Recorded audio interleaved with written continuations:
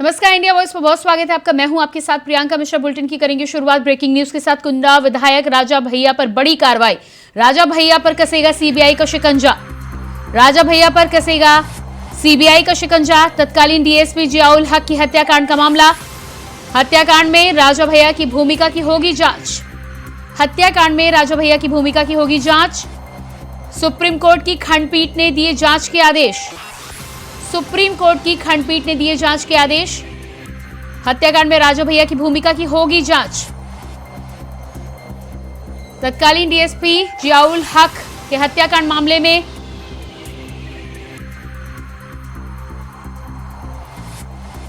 कुंडा विधायक राजा भैया की भूमिका पर होगी जांच। राजा भैया पर कसेगा सीबीआई का शिकंजा। तत्कालीन डीएसपी जियाउल हक की हत्याकांड का मामला। हत्याकांड में राजा भैया की भूमिका की होगी जांच। सुप्रीम कोर्ट की खंडपीठ ने दिए जांच के आदेश। सुप्रीम कोर्ट की खंडपीठ ने दिए जांच के आदेश।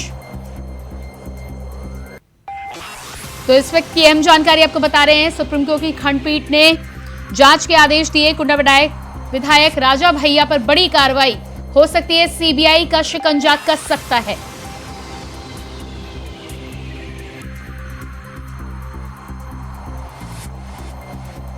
तत्कालीन डीएसपी जियाउल हक की हत्याकांड का मामला। हत्याकांड में राजा भैया की भूमिका की होगी जांच। कुंडा विधायक राजा भैया पर कस सकता है सीबीआई का शिकंजा। सुप्रीम कोर्ट की खंडपीठ ने दिए जांच के आदेश।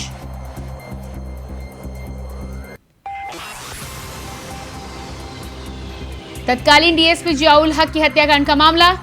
राजा भैया पर कसेगा सीबीआई का शिकंजा। सुप्रीम कोर्ट की खंडपीठ ने दिए जांच के आदेश। तो इस पूरे मामले में सुप्रीम कोर्ट ने जांच के आदेश दिए हैं। माना जा रहा है कि अब कुंडा विधायक राजा भैया पर सीबीआई का शिकंजा कस सकता है। इस पूरे मामले में राजा भैया की भूमिका की जांच सीबीआई करेगी।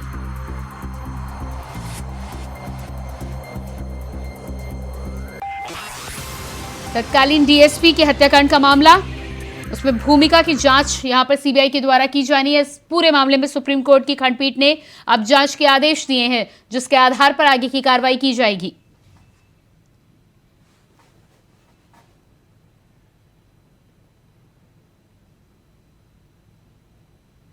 और इसी खबर पर हमारे साथ पूर्व आईपीएस ओपी सागर जी जुड़ चुके हैं। जी ओपी सागर जी, बहुत स्वागत है सबसे पहले तो आपका इंडिया वॉइस पर। जिस तरह से यहाँ पर सीबीआई के आदेश निकल के सामने आए हैं, क्या लगता है आपको किस तरह की कार्रवाई होगी और क्या वाकई में शिकंजा कस सकता है राजा भैया पर? बिल्कुल कर सकता है, क्यों नहीं। जब इतना बड़ा एक एक्शन ले लिया गया है तो मैं समझता हूँ कि कोई दिक्कत नहीं है। शिकंजा कर दी सीबीआई के लिए। तो वैसे भी आदेश हो गया है। क्योंकि आज मैं अखबार पढ़ रहा था कि डीएसपी जियाउल हक के हत्याकांड में तो राजा भैया की भूमिका की सीबीआई जांच करेगी। तो जब सीबीआई जांच करती है तो आगे पीछे के सब तथ्य जो है उसमें शामिल कर लेती है। क्योंकि पुरानी जो चार्जशीट लगी है और इसके अलावा जो भी कार्रवाई हुई है, मैं जब एसपी प्रतापगढ़ था ये उसके बाद का मसला। वैसे तो मैं 2 बार रहा हूँ, तो दोनों बार के बीच का मामला है। तो उस समय मैं समझता हूँ कि जियाउल हक के हत्या जब हुई थी उसमें इनकी वाइफ ने जरूर प्रोटेस्ट किया है और कोर्ट भी गई, लेकिन इसमें कहीं भी चार्जशीट में राजा भैया का नाम नहीं आया था। अब ये है कि अब देखा जाएगा कि राजा भैया जो है और साक्ष्य जब संकलित किए जाएंगे कितने हद तक वो दोषी हैं। ये अभी सर, इस पूरे मामले में बार बार तमाम जो विपक्षी पार्टियां हैं उनके द्वारा ये आरोप भी लगाया जाता है कि कहीं ना कहीं सीबीआई और ईडी का उपयोग किया जाता है सरकार के द्वारा। इस पूरे मामले में आप क्या कहेंगे, क्योंकि चुनावी दौर शुरू होने वाला है पूरे देश के साथ ही साथ उत्तर प्रदेश में। ऐसे में इस कार्रवाई को आप किस तरह से देख रहे हैं? क्या नहीं लगता कि ये कार्रवाई पहले होनी चाहिए थी? कार्रवाई तो पहले होनी चाहिए थी, क्योंकि एक डिप्टी एसपी के मर्डर का मामला था। पहले ये बात उठाई भी गई थी, लेकिन उस समय नहीं सुनी गई। उस समय तो राजा भैया जो है तत्कालीन गवर्नमेंट थी उसके साथ जुड़े हुए थे। अब भले ही जुड़े हुए लोग, लेकिन वर्तमान सरकार में एक तरीके से मैं कहूँगा कि वो सख्त एक्शन लेना चाहते हैं, दिखाना चाहते हैं, क्योंकि आगे आगामी चुनाव भी देख रहे हैं 2024 का एमपी इलेक्शन। इसलिए मैं समझता हूँ कि जो सदन गवर्नमेंट ने कदम उठाया है एक मैसेज देने के लिए आम पब्लिक को, आम वोटर को कुछ मैसेज चला जाएगा, तो देखिए कामयाबी मिलती है। सीबीआई भी कभी बहुत लंबे समय तक इन्वेस्टिगेट करती है। जी बिल्कुल। सर, इसके अलावा जिस तरह से आपने कहा है कि आगे पीछे के तमाम मामले यहाँ पर खंगाले जाएंगे, अब जब सीबीआई के हाथों में ये केस गया है, सुप्रीम कोर्ट का आदेश हुआ है, क्या लगता है आपको कि इस केस के अलावा क्या और भी मामले निकलकर सामने आ सकते हैं? देखिए ऑर्डर में, क्योंकि रिट में जो पिटीशन दिया हुआ है वो उसने पुराने मामलों को उठाया ही नहीं, जहाँ तक मेरी जानकारी है। तो पुराने मामले नहीं उठाए हैं तो उससे अलग हटके नहीं होगा। जो मामले रिट में उठाए गए ना, जिसके आधार पर सीबीआई जांच के आदेश बोर्ड ने किए, वो आदेश भी तो उतना ही सीमित, मतलब जो है सीबीआई को मिलेगी। बहुत ज्यादा चारा क्या होता है कि इतना लंबा गिर जाता है, उसके लिए सीबीआई को भी तैयार है, बहुत हार्ड है सीबीआई, बात बहुत खास है। तो मैं नहीं समझता कि उसके बियॉन्ड जाके करें। केवल इतना ही है कि जो मुद्दे आए गए हैं और मैं समझता हूँ कि मामलों में से तुमको पिन पॉइंटेड तो वो कर देते हैं कि ये वाले पॉइंट आप इस पर तुम बेचना करेंगे और पैसे तो लाके, तो ये देखिए सीबीआई किस तरीके से सब कर। जी, इसके अलावा जिस तरह से यहाँ पर अब सुप्रीम कोर्ट के आदेश आए हैं, सीबीआई के द्वारा कार्रवाई की जाएगी, क्या इसकी कोई तय समय सीमा भी होती है कि इस समय सीमा के भीतर तमाम जांच और रिपोर्ट जो है वो पेश की जाएगी? नहीं, सीबीआई में ऐसा नहीं है। हालांकि मुलजिम जेल होता है, जेल में होता है, तो वही तो 60 दिन 90 दिन का जो काल निर्धारित किया गया है वही काल जो है इसमें भी लागू होता है, क्योंकि अगर नहीं है उतने दिन में नहीं, कुछ केसेस होते हैं 60 दिन में चार्जशीट सबमिट करनी हो, कुछ केसेस होते हैं 90 दिन। अगर उतने दिन में चार्जशीट सबमिट नहीं होती तो मुलजिम को जेल से बाहर होने का मौका लग जाता है, उसको जमानत पे गैर डाल दिया जाता है। ठीक है सर, इस पूरे मामले में हमारे साथ हमारे संवाददाता नितिन चौधरी भी जुड़ चुके हैं, तफसील से इस पूरे मामले में जानकारी देंगे। जी नितिन, अब जिस तरह से सीबीआई की ओर से शिकंजा कसने की बात कही जा रही है, क्या होगा पूरा मामला, किस तरह से आगे बढ़ेगी कार्रवाई? देखिए प्रियंका, बिल्कुल जिस तरीके से उत्तर प्रदेश के अंदर राजा भैया की जो तूती थी वो कुंडा के अंदर बचती थी, लेकिन लगातार जिस तरीके से सीबीआई की जांच के जो आदेश दे दिए गए हैं, जो शिकंजा है वो कसने के लिए तैयार कर दिया गया है। सीबीआई की तरफ से जो जांच कराई जा रही है कि आखिरकार जिस तरीके से जो पूर्व डीएसपी हैं तो उनकी जो हत्या कराई गई थी 10 साल पहले का ये मामला था, तो उसके लगातार जो उनकी पत्नी है उन्होंने साफ तौर पे जो है याचिका दायर कराई थी, लेकिन उसके बाद लगातार इस मामले की जांच जो है कराई जा रही थी। लेकिन अब की बार जो है सीबीआई की जांच कराने के भी आदेश लगातार हो गए। लेकिन बता दें जो राजा भैया की पत्नी है उसने जो तलाक के भी आदेश दिए थे कि उनको जो तलाक हो रखा है, लेकिन कोर्ट में उसकी जो है जांच सुनवाई चल रही है लगातार। आज फिर से राजा भैया के ऊपर जो है सीबीआई की जांच के जो शिकंजा वो कसता हुआ नजर आ रहा है।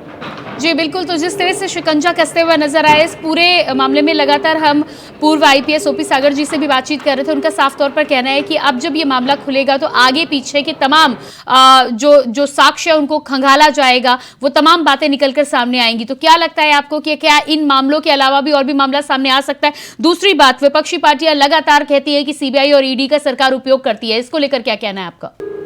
देखिए प्रियंका, बिल्कुल जिस तरीके से लगातार जो सीबीआई है वो राजा भैया के ऊपर जो है दस्तावेज खंगालने में लगे, जितने भी दस्तावेज होंगे, जितने भी उनके खिलाफ जो मुकदमे हैं उन मुकदमों की भी जांच कराई जाएगी। आखिरकार राजा भैया की जो तूती कुंडा के अंदर बोलती थी, लगातार उसमें जो है कुंडा के लोग जो है राजा भैया को जिताते थे, लेकिन उसके बाद जो धमकाने का कार्य भी राजा भैया अपनी तरफ से करते थे। लोगों को मारपीट का भी मामला इनके ऊपर दर्ज कराया गया, क्योंकि 10 साल पहले जिस तरीके से पूर्व जो है डीसीपी की जो हत्या कराई थी वो आरोप भी राजा भैया के ऊपर लगाए गए थे कि आखिरकार इस तरीके से देखा जाता है कि जिस तरीके में लोगों को जो काफी धमकाने का कार्य है, और जो डीएसपी हैं उनकी भी जो हत्या कराई गई थी, तो उसका जो आरोप है राजा भैया के ऊपर लगाया गया था। उनकी जो डीएसपी की जो पत्नी है उन्होंने साफ तौर पर सुप्रीम कोर्ट में इसकी याचिका डाली थी, और याचिका के जो पीठाधीन अधिकारी अध्यक्ष हैं उन्होंने साफ तौर पर कहा है कि इस तरीके की जो जांच है वो कराई जाए, लगातार इसमें जांच हो।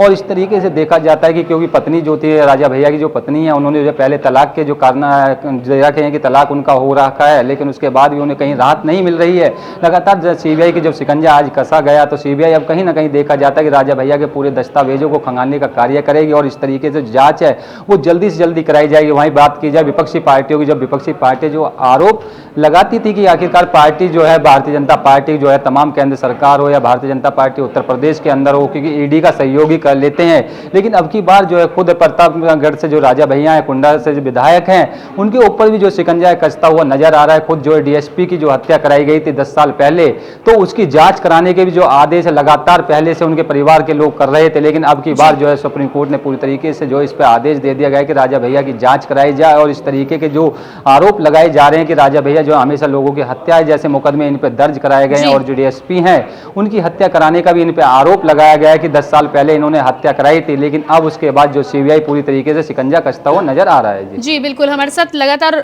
पूर्व आईपीएस ओपी सागर जी भी बने हुए हैं। जी ओपी सागर जी, जिस तरह से यहाँ पर पूरी जानकारी निकलकर सामने आ रही है, 10-10 साल तक ये मामले लटके रहते हैं। दूसरी बात, बाहुबली कह ले या रसूख वाले लोगों की हम बात कर ले, लंबा समय लगता है और इनके विरोध में जो खड़ा होता है, विपक्ष में जो खड़ा होता है, न्याय की लंबे समय तक गुहार लगानी पड़ती है। क्या लगता है कि इस तरह के मामलों में क्या कहीं ना कहीं न्याय थोड़ा जल्दी मिलना चाहिए, देरी कुछ ज्यादा हो जाती है? बहुत जल्दी मिलना चाहिए। देखिए तो ये सभी न्यायालयों का भी कहना है, आम पब्लिक का भी जो है ये मानना है कि जब तक न्याय जल्दी नहीं मिलेगा तब तक न्याय सामान्य कहावत तब तक न्याय हुआ का नहीं है। इसलिए न्याय से नहीं चाहिए इसमें ही नहीं किसी का में, और खासतौर से जहाँ पर इसके लिए आप किसे जिम्मेदार मानते हैं? सब मिला के तमाम इकाइयां एक साथ जिम्मेदार हैं, किसको आप ज्यादा जिम्मेदार मानते हैं इसके लिए? प्रियंका, ऐसा है कि इसमें किसी जिम्मेदारी निर्धारित नहीं की जा सकती जब तक ये मालूम हो कि किन कारणों से, किसकी वजह से ये जो है डिले हो रहा है। अगर डिले जो है किसी पर्टिकुलर इंसान की वजह से तो फिर वो रेस्पॉन्सिबल है। कभी कभी क्या होता है कि बहुत सारी चीजें जैसे कोर्ट से ऑर्डर देना है, तो हमें टेस्ट कराना है, नार्को या कोई टेस्ट हुआ तो उसमें समय लग जाता है। ठीक है ओपी सागर जी, हमसे बातचीत करने के लिए आपका बहुत बहुत शुक्रिया। नितिन, आपका भी बहुत बहुत शुक्रिया जुड़ने के लिए। तो लगातार जिस तरह से हम बातचीत कर रहे थे, अब ऐसे में सुप्रीम कोर्ट के आदेश के बाद राजा भैया पर शिकंजा कसना सीबीआई का तय माना जा रहा है कि अब सीबीआई जब जांच करेगी तो तमाम तरह के दस्तावेज और साक्ष्य निकलकर सामने आ सकते हैं। इसके बाद बात करेंगे अगली खबर की। प्रधानमंत्री नरेंद्र मोदी बुधवार को अहमदाबाद साइंस सिटी में आयोजित वाइब्रेंट गुजरात ग्लोबल समिट के 20वें एनिवर्सरी प्रोग्राम में शामिल हुए। मोदी ने अपने संबोधन में गुजरात के मुख्यमंत्री रहते हुए आई चुनौतियों पर भी बातचीत की। पीएम ने 2001 से पहले गुजरात में आए अकाल, फिर भूकंप और गोधरा ट्रेन की घटना से राज्य में फैली हिंसा के बाद हालातों की चर्चा की। उन्होंने कहा कि तब कुछ लोग एजेंडे के तहत गुजरात को दुनिया में बदनाम करने की साजिश में लगे हुए थे। वहीं वाइब्रेंट गुजरात समिट के 20वीं एनिवर्सरी कार्यक्रम में शामिल हुए प्रधानमंत्री नरेंद्र मोदी ने गुजरात से बहुत कुछ उतार चढ़ाव देखा है। पीएम ने कहा है कि गुजरात को निराशा से बाहर निकाला गया है। दुनिया में गुजरात को बदनाम करने की साजिश रची गई, एक निराशा का माहौल खड़ा करने की कोशिश की गई। कहा गया कि गुजरात कभी भी अपने पैरों पर खड़ा नहीं हो पाएगा। उस संकट में भी मैंने संकल्प लिया कि चाहे परिस्थितियां जैसी भी हो, गुजरात को इससे बाहर निकाल के ही रहूंगा। हम गुजरात के पुनर्निर्माण ही नहीं बल्कि उसकी आगे की भी सोच रहे थे, और इसका एक प्रमुख माध्यम हमने बनाया वाइब्रेंट गुजरात समिट को। एक गुजरात का आत्मविश्वास बढ़ाने और उसके जरिए विश्व से आंख मिलाकर बात करने का ये माध्यम बन गया। ये गुजरात सरकार की निर्णय प्रक्रिया और फोकस अप्रोच को पूरी दुनिया को दिखाने का एक माध्यम बना। ये गुजरात सहित भारत की औद्योगिक क्षमता को विश्व के समक्ष उजागर करने का माध्यम बना। 20 साल हो रहे हैं हर तरह की खट्टी मीठी बातें याद आना बहुत स्वाभाविक है। आज दुनिया वाइब्रेंट गुजरात की सफलता देख रही है, लेकिन वाइब्रेंट गुजरात का आयोजन ऐसे माहौल में किया गया जब तब की केंद्र सरकार भी गुजरात के विकास को लेकर बेरुखी दिखाती थी। मैंने हमेशा ही कहा है कि गुजरात के विकास से देश का विकास, लेकिन उस समय केंद्र सरकार चलाने वाले गुजरात के विकास को भी राजनीति से जोड़कर देखते थे। ये याद है 2009 में जब वाइब्रेंट गुजरात का आयोजन किया गया, तब पूरी दुनिया में मंदी का माहौल था, मंदी की चपेट में दुनिया थी, और सबने मुझे बताया, हमारे अफसर भी मुझे बता रहे थे कि साहब इस बार वाइब्रेंट गुजरात स्थगित कर दीजिए, ये फ्लॉप हो जाएगा, कोई नहीं आएगा। लेकिन मैंने उस समय भी कहा, जी नहीं, ये रुकेगा नहीं, ये होगा। अगर विफल हुआ तो आलोचना होगी और क्या होगा, लेकिन आदत छूटनी नहीं चाहिए। मध्य प्रदेश में बीजेपी ने सांसदों, केंद्रीय मंत्रियों और संगठन के बड़े नेताओं को टिकट तो दे दिया है, लेकिन नेताजी चुनाव नहीं लड़ना चाहते। कैलाश विजयवर्गीय कह रहे हैं कि मेरी तो इच्छा ही नहीं थी चुनाव लड़ने की, अब तो मैं बड़ा नेता बन गया हूं, चुनाव की इच्छा नहीं है, लेकिन पार्टी ने टिकट दे दिया है। विजयवर्गीय ने यह भी कहा कि अब कौन जाकर वोट के लिए हाथ जोड़े, टिकट मुझे दे दिया गया है पर अंदर से खुश नहीं हूं, जिसका वीडियो तेजी से वायरल हो रहा है। इसलिए कि मेरी लड़ने की इच्छा ही नहीं थी, 1% भी इच्छा नहीं थी। एक माइंडसेट होता है ना लड़ने का, अपने को तो जाना भाषण, अब बड़े नेता हो गए, अब हाथ जोड़ने का जाएंगे तो भाषण देना और निकल जाना, भाषण देना और निकल जाना, ये सोचा था हमने। तो हमने तो प्लान यही बनाया था कि रोज 8 सभा करनी है, 5 हेलीकॉप्टर से और 3 कार से, इस प्रकार रोज 8 सभा करनी है इस पूरे चुनाव में, और ऐसा प्लान भी बन गया था। पर आप जो सोचते वो होता क्या, भगवान की जो इच्छा होती वही होता है। तो भगवान की ऐसी इच्छा थी कि मैं चुनाव लड़ूं, एक बार फिर से जनता के बीच में जाऊं, तो ईश्वर की इच्छा थी, तो मैं एक बार फिर से उम्मीदवार, मुझे अभी भी विश्वास नहीं हो रहा है कि मैं उम्मीदवार हूं, सच कह रहा हूं मैं। मेरे को लग ही नहीं रहा है कि मुझे टिकट मिल गया और मैं उम्मीदवार बन गया, और अब बन जाओगे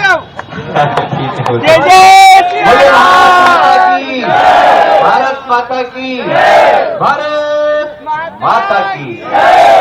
बहुत अगली खबर रायबरेली से है, जहां कृपालू इंस्टीट्यूट में छात्राओं के साथ अभद्रता सामने आई है, जिसे देखकर छात्राओं के पक्ष में एवीबीपी के पदाधिकारी उतरे। आपको बता दें कि टीएम ऑफिस के बाहर प्रदर्शन के दौरान एवीबीपी के पदाधिकारियों की सिटी मजिस्ट्रेट से झड़प हो गई।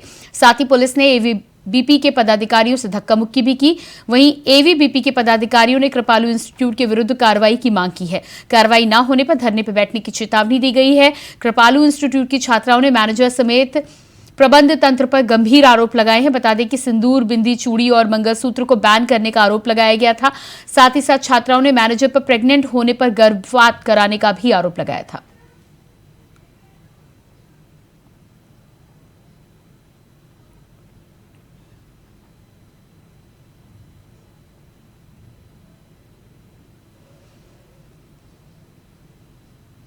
पंजाब में एनआईए ने बड़ी कार्रवाई की है, जहां जिला फिरोजपुर के मच्छी मांझी इलाके में एनआईए ने एक बड़ी रेड की है, जिसमें सुंदर उर्फ जोरा को एनआईए की टीम के द्वारा गिरफ्तार किया गया है। बता दें कि ये कहा जा रहा है कि इस युवक के लिंक आतंकी अर्श डाला के साथ बताए जा रहे हैं। तो वहीं एनआईए की टीम के द्वारा 6 राज्यों में 51 ठिकानों पर रेड की गई है, जिसके चलते पंजाब उन्हीं में से एक है।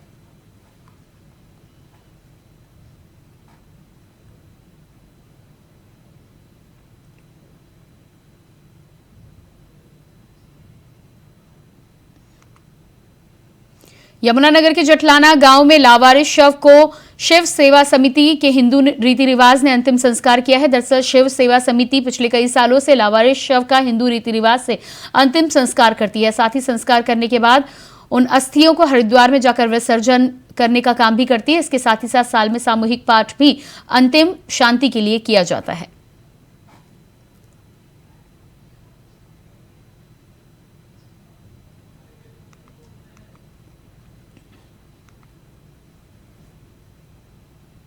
और इसके बाद आइए आपको सीधे लिए चलते हैं रायपुर, जहां पर सीएम भूपेश बघेल जनता को संबोधित कर रहे हैं। छत्तीसगढ़िया ओलंपिक समापन समारोह में शिरकत कर रहे हैं।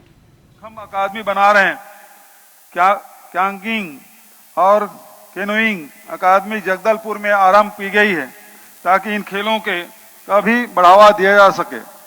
प्रदेश में 24 नए खेलो इंडिया सेंटर आरंभ होंगे। इसका प्रस्ताव हमने भारतीय खेल प्राधिकरण को भेजा है। इसके माध्यम से खेल प्रतिभाओं को और भी बढ़ावा मिलेगा। जहां स्टेडियम की जरूरत थी, हमने वहां स्टेडियम बनाए। खेलों का हमने शानदार इंफ्रास्ट्रक्चर तैयार किया है और इससे प्रदेश में खेलों का बहुत सुंदर माहौल बना है। रोड सेफ्टी और अंतर्राष्ट्रीय स्तर के क्रिकेट प्रतियोगिता जैसे अंतर्राष्ट्रीय आयोजन से खेलों के प्रति उत्साह बढ़ाने का काम हमने किया है। हरेली में खेलों की बहुत सुंदर परंपरा थी जो विलुप्त होती जा रही थी। अब इसे छत्तीसगढ़िया ओलंपिक से जोड़ दिया गया। इससे जो उत्साह पनपा है उसे प्रदेश की सांस्कृतिक समृद्धि को सहेजने संवारने में और मदद मिलेगी। आप सभी को ढेरों बधाई, शुभकामनाएं। जय जोहार, जय हिंद, जय छत्तीसगढ़।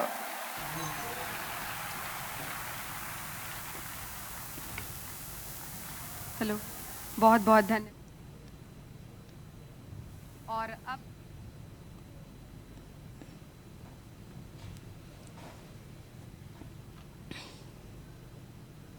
अगली खबर प्रयागराज से है, जहां कांग्रेस पार्टी की राष्ट्रीय महासचिव प्रियंका वाड्रा पहली बार लोकसभा का चुनाव लड़ सकती हैं। बता दें कि फूलपुर संसदीय क्षेत्र से चुनाव में उतर सकती हैं। वहीं आंतरिक सर्वे के बाद कांग्रेसी नेताओं ने प्रियंका गांधी का पोस्टर लगवाया है। पोस्टर वायरल हो रहा है। बता दें कि पोस्टर में फूलपुर 0 किलोमीटर का साइन बोर्ड चर्चा का केंद्र बना हुआ है।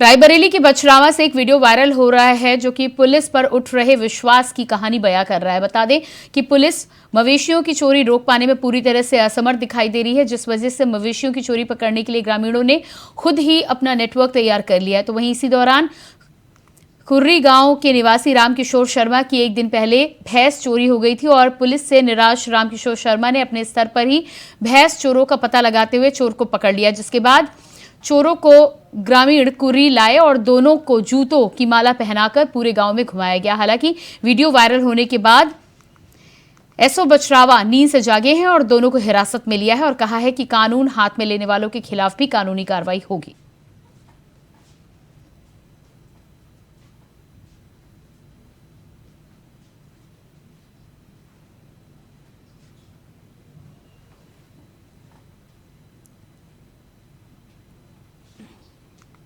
अंबाला में हरियाणा वक्फ बोर्ड का एक कार्यक्रम रखा गया, जिसमें हरियाणा वक्फ बोर्ड के प्रशासक जाकिर हुसैन बतौर मुख्य अतिथि पहुंचे। इस दौरान जाकिर हुसैन ने बताया कि सभी इमामों में प्रदेश सरकार का धन्यवाद करने के लिए कार्यक्रम रखा है, क्योंकि हाल ही में सरकार ने इमामों का वेतन बढ़ाया है जो पिछले कई सालों से नहीं बढ़ा था। साथ ही उन्होंने ये भी कहा कि मुख्यमंत्री मनोहर लाल का धन्यवाद देने के लिए सभी पहुंचे हैं।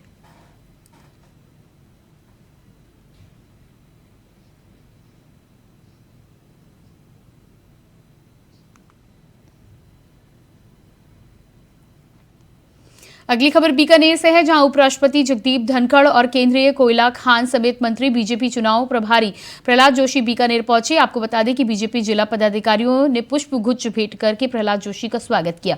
वहीं उपराष्ट्रपति क्षेत्रीय मूंगफली अनुसंधान केंद्र और केंद्रीय शुष्क बागवानी संस्थान के लोकार्पण समारोह में भाग लेने के पश्चात किसानों को संबोधित करेंगे।